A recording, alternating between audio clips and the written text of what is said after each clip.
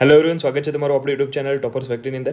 Finally હવે રીનીટ થવાની નથી અને કાઉન્સેલિંગ પ્રોસેસ શરૂ થઈ રહી છે 2024-25 માટેની બેચ માટે.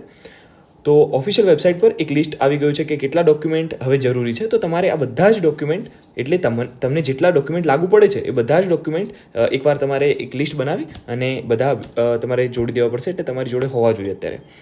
જો ન હોય તો અત્યારે બનાવડાવી શકો છો. સૌથી પહેલાં હું તમને કહીશ કે અહીંયા લાયકાત પરીક્ષા જે છે એના માટે તમારે ધોરણ 10 અને 12ની માર્કશીટ તો હોવી જોઈએ. પછી નીટ યુજીની માર્કશીટ તમારી જોડે હોવી જોઈએ. અને તમારું જે જન્મનું સ્થળ છે એના પુરાવા માટે ટોટલ 3 તમને ઓપ્શન આપે છે.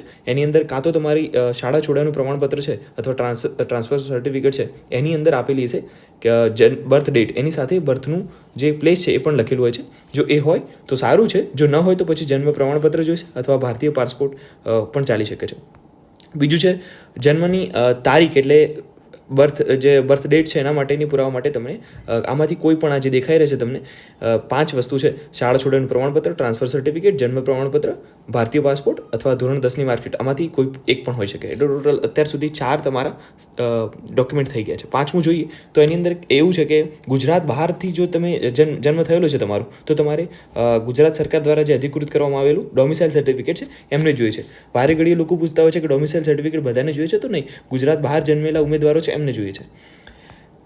છઠ્ઠું જે સર્ટિફિકેટ છે એસસી કેટેગરીના વિદ્યાર્થીઓ માટે છે. તો સરકાર દ્વારા જે અધિકૃત કરેલું છે એ અધિકારી દ્વારા તમારે એ ચાલી જાય છે. એસટી માટે પણ એ જ રીતે. ખાસ કરીને ધ્યાન આપવાની વાત છે એસસીબીસી માટે કે 1/4/2022 અથવા એના પછીનું જે વેલિડ હોય એવું પ્રમાણપત્ર ચાલશે. અને એના પહેલાંનું હોય તો નહીં ચાલે. તમે 2018, 19, 20નું લઈને જાઓ છો તો એ વેલિડ નહીં ગણાય. 2022, 1/4/2022 સ્પેસિફિક ડેટ પણ આપેલી છે.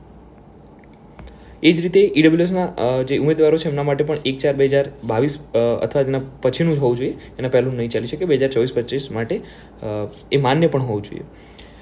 પછી દિવ્યાંગ ઉમેદવારો છે પીડબ્લ્યુ, એમના માટે એમનું સર્ટિફિકેટ. અને જો તમે અમદાવાદના છો અથવા સુરતના છો તો તમારે લોકલ કોટાનું સર્ટિફિકેટ લેવું પડે જો તમારે લોકલ કોટા માટે કાઉન્સેલિંગમાં ભાગ લેવો છે તો. એમાં અમદાવાદના હોય તો તમારે NHL મ્યુનિસિપલ મેડિકલ કોલેજમાં જવું પડશે. અથવા તો જો તમે સુરતના હોય તો તમારે એના લોકલ કોટાના સર્ટિફિકેટ માટે જવું પડશે સુરતની મેડિકલ કોલેજ જે સ્મીમર છે એની અંદર.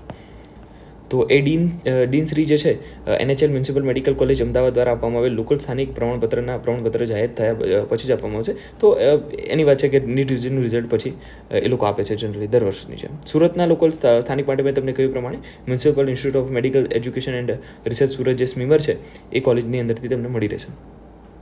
જે લોકો બહારથી એટલે કે NRI કોટા માટે એપ્લાય કરવાના છે એ લોકો, એ જે વિદ્યાર્થી છે એ અથવા એના માતા પિતા NRI હોવા જોઈએ ને, એની થોડી ક્રાઇટેરિયા છે. એની અંદર જનરલી NRI કોટામાં જ લોકો અપ્લાય નથી કરતા, મોટાભાગે તો થોડાક લોકો છે. હવે ખાસ કરીને લોકોનું આ વારે ઘડીએ ક્વેશ્ચનો છે કે સર્ટિફિકેટ ઓફ ફિઝિકલ ફિટનેસ ક્યાંથી લેવાનું છે.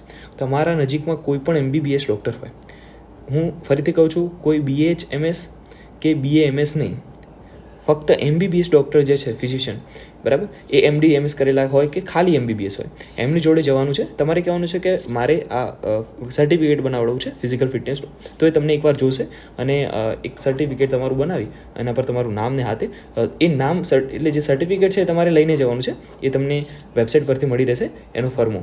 તો એ તમારે ડાઉનલોડ કરવાનો છે, ફોર્મેટ ડાઉનલોડ કરવાનો છે, એની ઝેરોક્સ કરીને જવાનું છે. એ તમને એની અંદર બધી ઇન્ફોર્મેશન લખી આપશે અને એમનો સિક્કો મારશે. ખાસ કરીને એમનો સિક્કો હોવું જોઈએ, બરાબર, જેની અંદર એમને લખેલું હોય, એમનું કહેવાય ને કે ક્યારે રજિસ્ટર્ડ મેડિકલ પ્રોફેશનલ હોય તો એમની ડિટેલ્સ લખેલી હોય તો એ સિક્કો લગાવી આપશે તમને.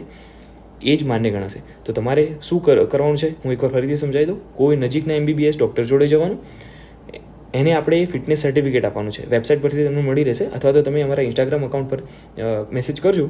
અમારા જે ટીમ મેમ્બર છે તમને ડાયરેક્ટલી જે ફોર્મેટ છે તમને સેન્ડ કરી દેશે. અને આ PDF પણ સેન્ડ કરી દેશે, બધા જે ડોક્યુમેન્ટ લેવાના છે એની PDF પણ. આ તમારે જે છે ફોર્મેટ એ લઈને જવાનું છે ઝેરોક્સ કરાવીને ડૉક્ટર જોડે. એ તમારી ડિટેલ લખશે થોડીક અને એક સિક્કો લગાવી આપશે. તો આ તમારું બની ગયું ફિઝિકલ ફિટનેસ સર્ટિફિકેટ, બરાબર. આ વર્ષે નવું બનાવવું પડશે તમારે. જો ગયા વર્ષે તમે કાઉન્સેલિંગ કરાવ્યું હોય તો પણ દર વર્ષે નવું જ બનાવવું પડે. ₹100 લેશે, વધારે કંઈ ફીસ નથી લેતા કોઈ પણ ડૉક્ટર હોય, વાંધો નહીં આવે. જો તમે સંરક્ષણ કર્મચારીના પુત્ર અથવા પુત્રી છો તો ડિફેન્સ સર્ટિફિકેટ તો તમારે એવું જોઈશે, ડિફેન્સનું સર્ટિફિકેટ. જો તમે IAS, IPS અથવા IRS અથવા ગવર્મેન્ટ અધિકારી કોઈ છે એવા ગવર્મેન્ટ અધિકારી અને એમના તમે બાળકો છો તો તમારે એક પોસ્ટિંગનું સર્ટિફિકેટને થોડીક વિગતો માટેનું ઇન્ફોર્મેશન જોઈશે. જો તમે જવાહરલાલ જે નવોદય વિદ્યાલય છે એમાં ભણેલા છો, બરાબર, ધોરણ 12 એમાંથી પાસ કરેલું છે, તો તમારે 1 થી 8 સુધીની ગુજરાત રાજ્યની અંદર આવેલ શાળાઓમાંથી પાસ કરેલું હોય એની સર્ટિફિકેટની માહિતી ને બધું જોઈશે. તમને આ PDF ઇન્સ્ટાગ્રામ પરથી અમારી મળી રહેશે, તો ત્યાંથી તમે લઈ લેજો, અથવા ઓફિશિયલ વેબસાઇટ પરથી પણ તમને મળી રહેશે. તો ફોલો કર્યું હોય તો ઇન્સ્ટા પર, ના કર્યું હોય તો કરી લેજો, અને માગશો તો તમને અમારા ટીમ મેમ્બર આપી દેશે. દીવ દમણ અને દાદરાનગર હવેલી ની અંદર જો તમે ભણેલા હોય અને તમે ધોરણ 10 અને 12 જે છે એ ગુજરાત બોર્ડની અંદરથી પાસ કરેલું હોય તો તમારે એક થોડી સર્ટિફિકેટની જરૂરિયાત પડશે. તો દીવ દમણ માટેની વાત છે, દાદરાનગર હવેલી માટેની. અને ક્વોલિફિકેશન અહીંયા ફરીથી કહ્યું છે કે MBBS માટે તમારે 12th પાસ કરેલું હોવું જોઈએ, 50% PCB થિયરી અને પ્રેક્ટિકલનું થઈને થવું જોઈએ, અને ઇંગ્લિશ પાસ કરેલું હોવું જોઈએ સાથે. BMS માટે પણ જ છે, BHMS માટે પણ જ છે, અને BDS માટે પણ જ છે. તો આટલી ક્રાઇટેરિયા તમારો ફૂલ થતો હોય કે 50% તમારા PCBના થઈને પ્રેક્ટિકલ સાથે થઈને થતા હોય તો વાંધો નથી, અને ઇંગ્લિશ પાસ કરેલું હોય જોઈએ એની સાથે. ઇંગ્લિશને આપણે PCB જે PCB ટકા ગણીએ છીએ ને 50%, એ PCBના ગણીએ છીએ, એની અંદર ઇંગ્લિશ ઇન્ક્લુડેડ નથી હોતું, બરાબર. ઇંગ્લિશ ખાલી પાસ કરવાનું છે સાથે રહીને. ઓકે. MBBS, BDS અને BMS કોઈ પણ કાઉન્સેલિંગ હોય એક જ ફોર્મ ભરવાનું હોય છે, કોઈ અલગ અલગ કોલેજમાં જઈને ફોર્મ નથી ભરવાનું હોતું. કાઉન્સેલિંગ માટે આ એક જ ફોર્મ હોય છે, અને જ્યારે પણ સ્ટાર્ટ થશે કાઉન્સેલિંગ ત્યારે અમે તમને ઇન્ફોર્મ કરી દઈશું કે ક્યારે થાય છે, ક્યાં ભરવું, શું ભરવું, બધું ટેન્શન નથી લેવાનું તમારે. એકવાર સબસ્ક્રાઇબ કરી છે ચેનલ, તમને બધા જ અપડેટ મળતા રહેશે. બીજી એક ઇન્ફોર્મેશન એ છે કે જો તમને હજુ પણ કોઈ ક્વેશ્ચન થાય છે કમેન્ટ બોક્સની અંદર લખી દો. વારે ઘડીએ આવા વિડીયો તમને મિસ ના થાય એટલે સબસ્ક્રાઇબ કરવાનું છે ને, ખાસ કરીને ઇન્સ્ટાગ્રામ પર ફોલો કરી દો, અને આ PDF તમે ત્યાંથી માગશો તો તમારા જે ટીમ મેમ્બર છે તમને આપી દેશે, અથવા ઓફિશિયલ વેબસાઇટ પરથી પણ ઇઝીલી ડાઉનલોડ થઈ જાય છે. ઓકે. કોઈ ક્વેશ્ચન હોય તો પૂછી શકો છો. જય શ્રી રામ.